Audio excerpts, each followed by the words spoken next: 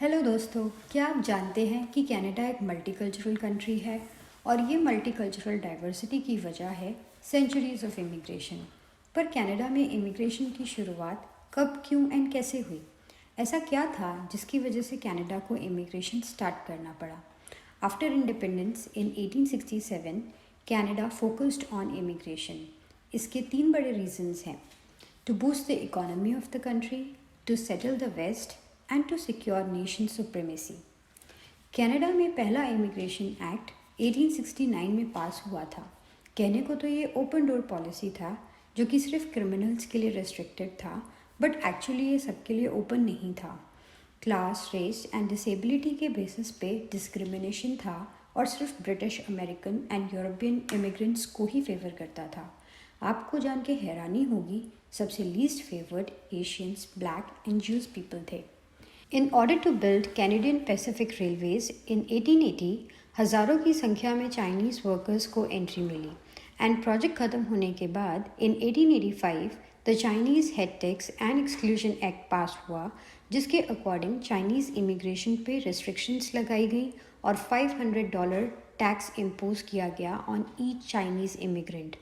Can you imagine $500 tax at that time? इस तरह की डिस्क्रिमिनेटरी पॉलिसीज़ को चैलेंज किया 1914 में कोमागाता मारू इंसिडेंट ने।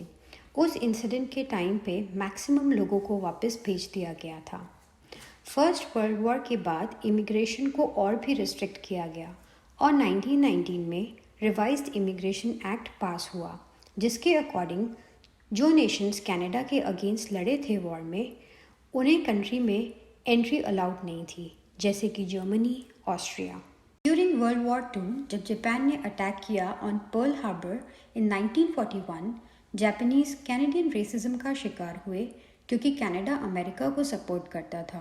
एंड इन 1946 बहुत से जापानीज को वापस भेज दिया गया, जिनमें से बहुत से ऐसे जापानीज भी थे जो कनाडा बोर्न थे। एंड मिड 20th सेंचुरी तक डिस्क्रिमिनेटरी पॉलिसीज ऐसी ही चलती रही। इन वर्ल्ड वॉर के बाद कनाडा की restrictive immigration policies slowly ease down होना शुरू हुई एंड इन 1947 सरकार ने चाइनीज़ इमिग्रेशन से बैन हटा दिया, जो कि 1885 में इम्प्लीमेंट हुआ था।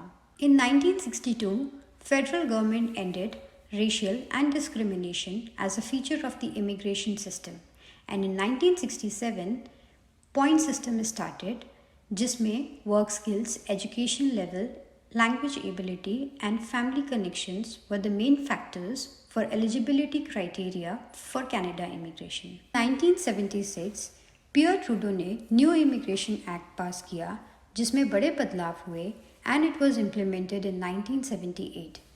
Main objectives of this act was promotion of Canada's demographic, economic, social and cultural goals, priority of family reunion, diversity and non discrimination. 1979 में एक यूनिक प्रोग्राम स्टार्ट हुआ, जिसमें कि प्राइवेट ग्रुप्स जैसे कि चर्चेस या एथनिक कम्युनिटी ऑर्गेनाइजेशंस जो refugee individuals और फैमिलीज़ को स्पॉन्सर कर सकते थे कनाडा आने के लिए एज अ परमानेंट रेसिडेंट।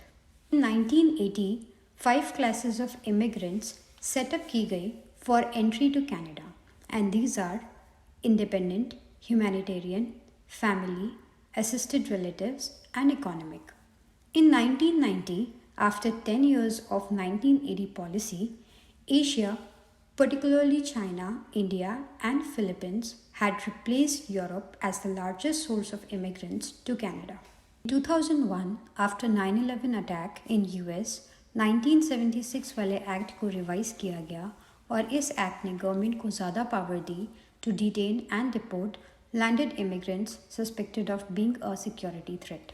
आज की डेट में दुनिया भर से लोग कनाडा आ रहे हैं for pretty good reasons like better quality of life, safety, education, good environment and what not.